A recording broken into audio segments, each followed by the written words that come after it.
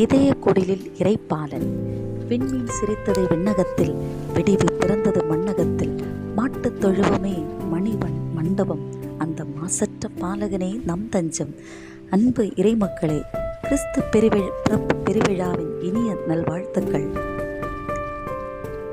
இருள் விலகி ஒளி பிறக்கும் இந்த நன்னாளில் உங்கள் இல்லங்களிலும் உள்ளங்களிலும் பெத்லகேம் பாலகனின் ஆசீர்வாதம் நிறையட்டும்.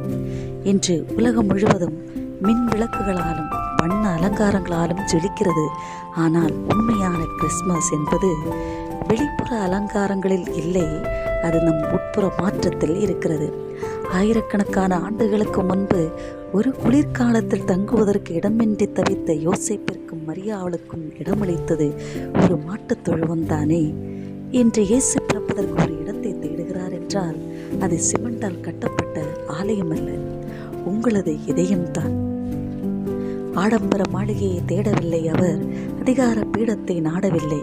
ஏழ்மையின் கோலத்தில் எளியவனாய் இதோ எம்மாதிய மானிடருக்கு உறவானாய். நண்பர்களே, இன்றைய சூழலில் நாம் எதை தேடிக்கொண்டிருக்கிறோம்? பணம், பதவி, புகழ், இவற்றுக்கிடையே அமைதியை தேடி அலைகிறோம்.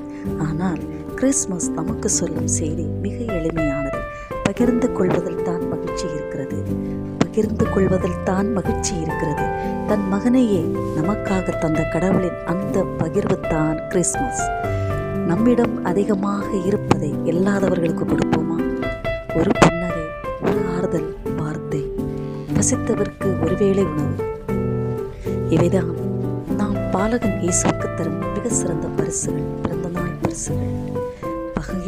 பகைமை என்னும் இருளை அகற்றுவோம், மன்னிப்பு என்னும் ஒளியை ஏற்றுவோம். சாதி மத இன பாகுபாடுகளை கடந்து மண்ணுலகில் நன்மனம் கொண்டோருக்கு அமைதி உண்டாகட்டும் என்ற வானதூதர்களின் பாடலை நம் வாழ்வில் நிஜமாக்குவோம். தொழுவத்தில் பிறந்தவன் இதயத்தில் பிறக்கட்டும், தொழுவத்தில் பிறந்தவன் இதயத்தில் பிறக்கட்டும். தொடரும் கவலைகள் பனி போல் மறையட்டும், தொடரும் கவலைகள் பனி போல் மறையட்டும். பகையெனும் இருள் நீங்கி பாசம் வளரட்டும், பகையெனும் இருள் நீங்கி பாசம் வளரட்டும். பாரங்கும் கிறிஸ்துவின் அமைதி நிலைக்கட்டும், பாரங்கும் கிறிஸ்துவின் அமைதி நிலைக்கட்டும். மீண்டும் ஒருமுறை உங்கள் அனைவருக்கும் உங்கள் குடும்பத்தினருக்கும் இனிய கிறிஸ்து பிறப்பு விழா நல்வாழ்த்துக்களை கூறிக்கொள்வதில் பெருமை கொள்கின்றேன். இறைவன் உங்களை ஆசீர்வதிப்பார்.